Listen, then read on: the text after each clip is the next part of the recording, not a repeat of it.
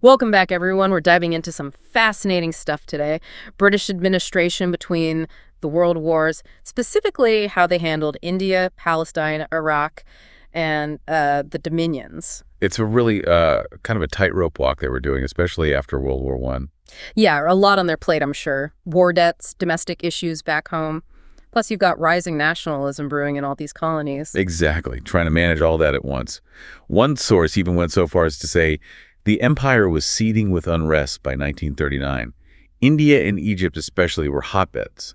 Seething with unrest. Yikes. Okay, Yeah. well, let's unpack this. Starting with India's road to independence, I came across this thing called Darki they introduced in 1919. Right, diarchy. It sounds like on paper they're handing over some power to Indians, but then only a tiny percentage actually got voting rights, like 7 million out of hundreds of millions. What was the logic there? Well, the key is that Britain still wanted control, ultimately. Diarchy was kind of this appeasement tactic. To make it look like they were giving in, but not really. Yeah, precisely.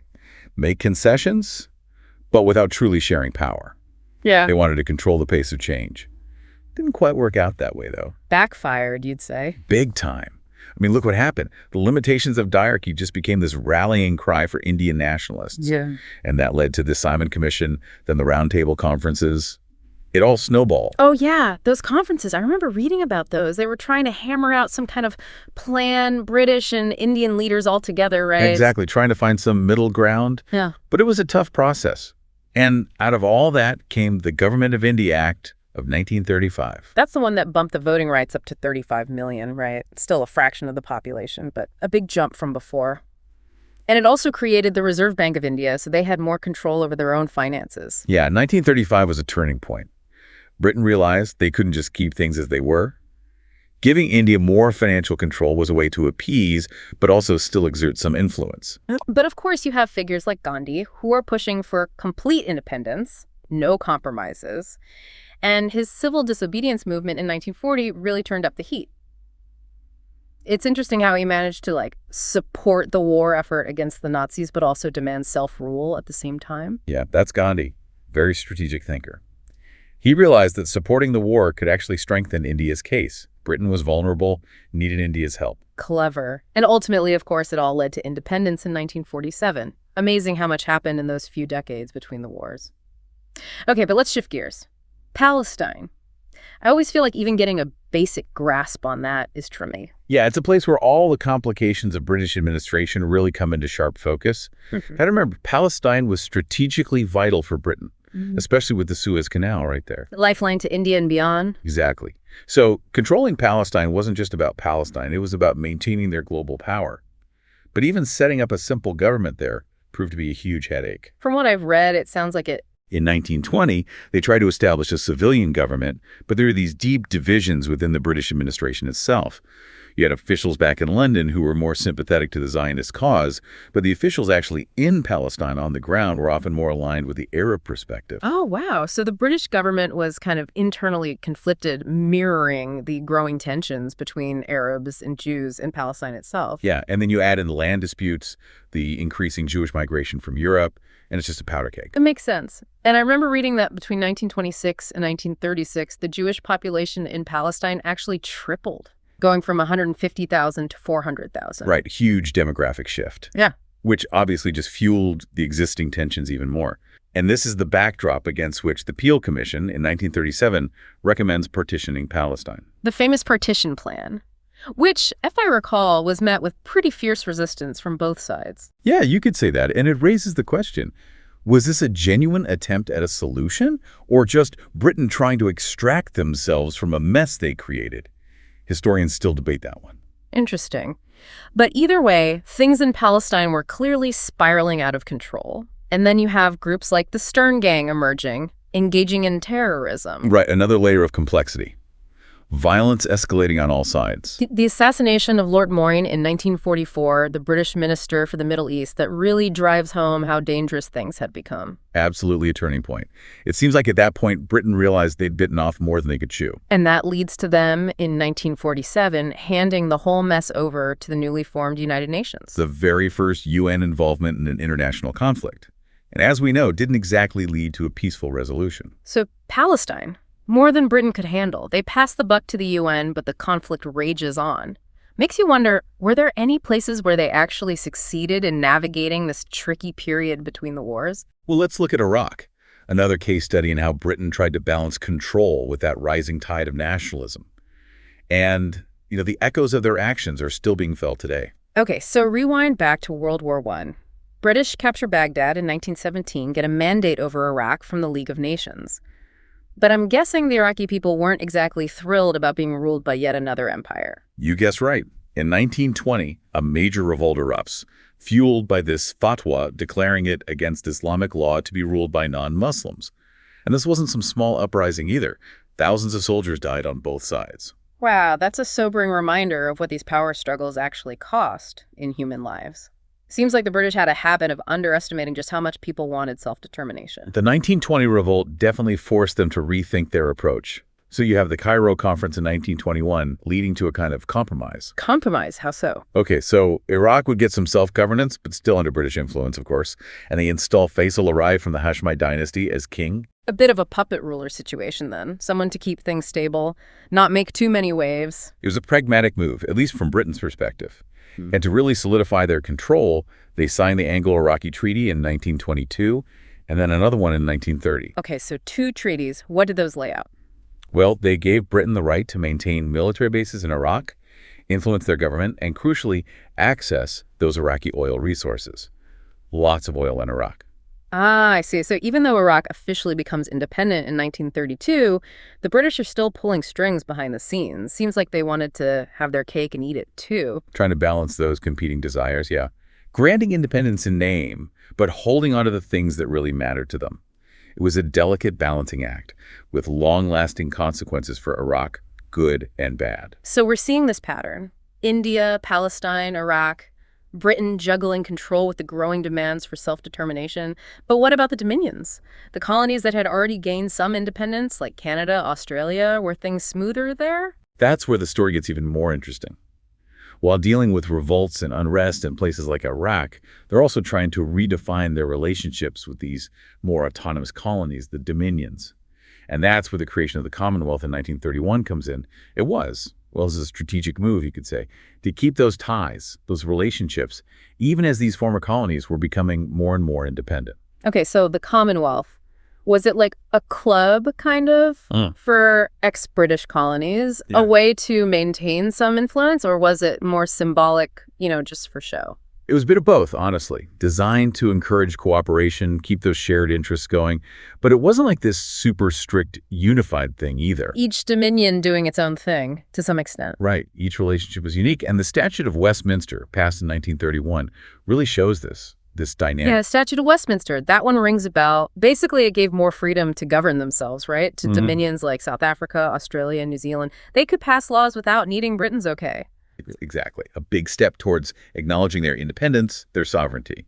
But there's a catch, or maybe a contradiction, you could say. The statute promoted self-governance, sure, but mainly for the dominions that were mostly white. Other colonies with more non-white populations treated very differently. Ah, so it's not as simple as just granting freedom. There's a double standard at play. Raises some tough questions about how committed Britain really was to genuine self-determination for everyone. Yeah. Was it just applied selectively based on, on race and what was strategically useful? It makes you think about all those big themes we've been talking about. India fighting for full independence, Palestine in turmoil, Iraq chafing under British control, and then this 2-tiered system with the dominions. It's all connected, isn't it? Like this constant push and pull, Britain trying to cling to its empire, but those forces of nationalism, self-determination, pushing back. Absolutely. It's a whole tapestry of interconnected events and motivations. It's really remarkable how all these seemingly separate stories come together during this time period, like threads in this larger story of Britain's changing place in the world. Yeah, a lot to process for sure. For someone just starting to learn about all of this, what would you say are the key things to grasp about how Britain ran its empire during this era? I think the biggest takeaway is that British administration between the wars was a time of massive change. The old ways were falling apart and they were scrambling to adapt. Pressure from within rising nationalism, demands for self-rule, and pressure from outside, like the rise of these new global powers. So it's not just about specific events or policies. It's about this fundamental power shift happening. The world's changing and the British Empire is trying to hold on, but the cracks are showing. Exactly. And one of the biggest things driving that change, economics. Can't understand this era without understanding the economic struggles Britain was facing. I mean, the Great Depression. Oh, yeah, that's right. The Great Depression. I know it hit the whole world hard, but especially Britain. Devastating globally. Started in 1929, and it threw everything into chaos. Britain was already deep in debt from World War I. There's this massive economic downturn on top of it all. Ouch. So just imagine, you're the British government. War debts, rising nationalism, and now the entire global economy is imploding. Must have felt like the walls were closing in. Had to make some hard choices, that's for sure. Where to put their resources? Do they try to keep control of the colonies, even if it means taking resources away from problems at home? Or try to appease those nationalist movements, even if it weakens their hold on the empire? No easy answers there. Every decision has a consequence somewhere. Exactly. And that's what makes it so interesting to study, not just political and social change, but also how those economic realities shaped those political decisions. The Great Depression, in a way, forced Britain to confront their own limits, the fragility of empire. So how did all this economic pressure actually play out? Was there a master plan, or were they just putting out fires as they popped up? Well, they did try to implement various economic policies. Some worked better than others. A key one was the imperial preference system. Imperial preference. Now, that's something I've heard of, but never totally got my head around. What was it, in a nutshell? Basically, a system of trade agreements designed to boost economic activity within the British Empire. Kind of like an in-group for trade, right? So goods coming from other parts of the empire got preferential treatment to make them more competitive against goods from outside. Interesting. Trying to create a more self-sufficient bloc, it sounds like. Did it work? Debatable. I mean, it did help some industries within the empire, but lots of people criticized it too. Said it actually hurt free trade overall, didn't solve the core problems of the global crisis. Like a Band-Aid on a broken leg, maybe. Good analogy. Temporary fix. And they tried other things too, besides imperial preference, like promoting industrial development within the empire itself, especially in India. The thinking was stimulate economic growth there, create new markets for British goods. Makes sense from Britain's point of view. But did the colonies see it that way? Or was it just another form of economic colonialism, even if it was presented as helping them develop? Great question. That tension is always there, isn't it? Even when Britain claimed these policies were for the colonies' benefit, there's this underlying reality of imperial control. Makes you think about who really profited in the end. It's about power, not just economics. Exactly. And that's what makes this period so fascinating, like a case study in global governance on a world stage. Economics and politics intertwined, shaping the course of history. It really highlights that complex relationship. So much to unpack here. Nationalism, struggles for independence, economic turmoil. Britain was definitely in a tough spot trying to manage it all. For someone listening trying to absorb all of this, what are the key takeaways about the economic side of things? Why is it so important to understand that context? Well, the main thing is that those economic realities, particularly the Great Depression, had a huge impact on how Britain ran its empire, forced them to make difficult choices, prioritize resources, and often just react to events instead of controlling them. So we can't just look at the political or social changes in isolation. We got to factor in the economic forces, too. Absolutely. Those connections are crucial. And often those forces had global ripple effects, influencing things in ways nobody could have predicted. Right. So we've looked at the big picture, but we're missing something, aren't we? We haven't really touched on the human side of things, have we? We need to consider the perspectives of the people who lived through it all. You're right. We've talked about the politics, the economics, all these big forces at play.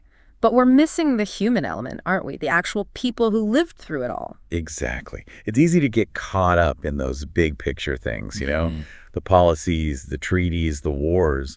But at the end of the day, history is a human story. It's about individual lives, hopes, dreams, struggles. So let's bring it down to earth a bit. What kind of sources do we have that can give us a glimpse into those personal experiences? Well, we've got letters, diaries, memoirs, first-hand accounts from people who were there. These sources provide a different kind of understanding, I think, more personal, more emotional. What it actually felt like to live through these times. I can imagine. Letters from British soldiers stationed in India, seeing the unrest firsthand, or diaries from Indian families caught in the middle of the independence movement. These aren't just names in a history book anymore, they're real people. That's it. For example, there's this collection of letters we have from a young British officer in Palestine in the 1930s.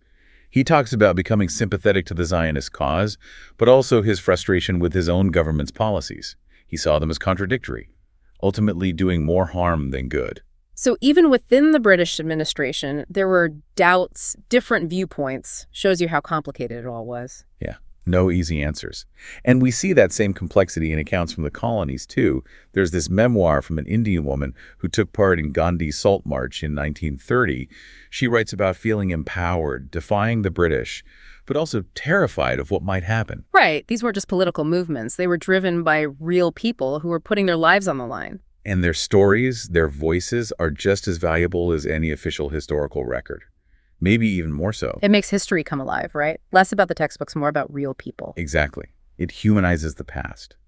We see how those events actually played out in the lives of everyday people, how it affected their hopes, their fears, their very sense of who they were. Powerful stuff. But how do these personal accounts help us understand the bigger picture? How do they connect back to those big themes we've been discussing? They give us that ground-level view of those themes, I think. Like take nationalism, for example. These accounts show us what that looked like in action, how ordinary people got caught up in these movements, how their loyalties shifted, how they justified their actions. We see the tide of history rising, but from the perspective of the people being swept along by it. Precisely. It's about seeing how those big ideas actually translated into lived experiences. And those experiences, those individual stories, are ultimately what drive historical change. It's all those individual actions, all added up, that shape the course of events. So we zoomed out to the big picture and then zoomed back into the individual. We've explored the politics, the economics, the human side of this era, the events, the decisions, the experiences that shaped this really pivotal moment in history. And as with any deep dive, we've barely scratched the surface. So much more to discover, so many stories waiting to be told, so many different perspectives. And that's what makes history so fascinating, right? It's this endless journey of discovery. Always something new to learn. Yeah. And it's important to keep searching, keep asking questions, keep looking for those hidden voices. Because the more we understand the past, the better equipped we are for the present and for the future. Well said. And on that note, we want to encourage our listeners to keep digging, keep questioning, keep looking for those untold stories. Because history is not just about dates and facts. It's about people, their choices, their struggles, their triumphs. It's a story we're all part of. And it's still being written every day. Thanks for joining us on this deep dive into British administration between the world wars. We hope you've come away with a better understanding of this incredibly complex and fascinating period in history and its lasting legacy. Until next time, keep those minds curious, keep those questions coming. We'll be back to delve into more historical mysteries. Who knows what we'll uncover next? See you on the next episode.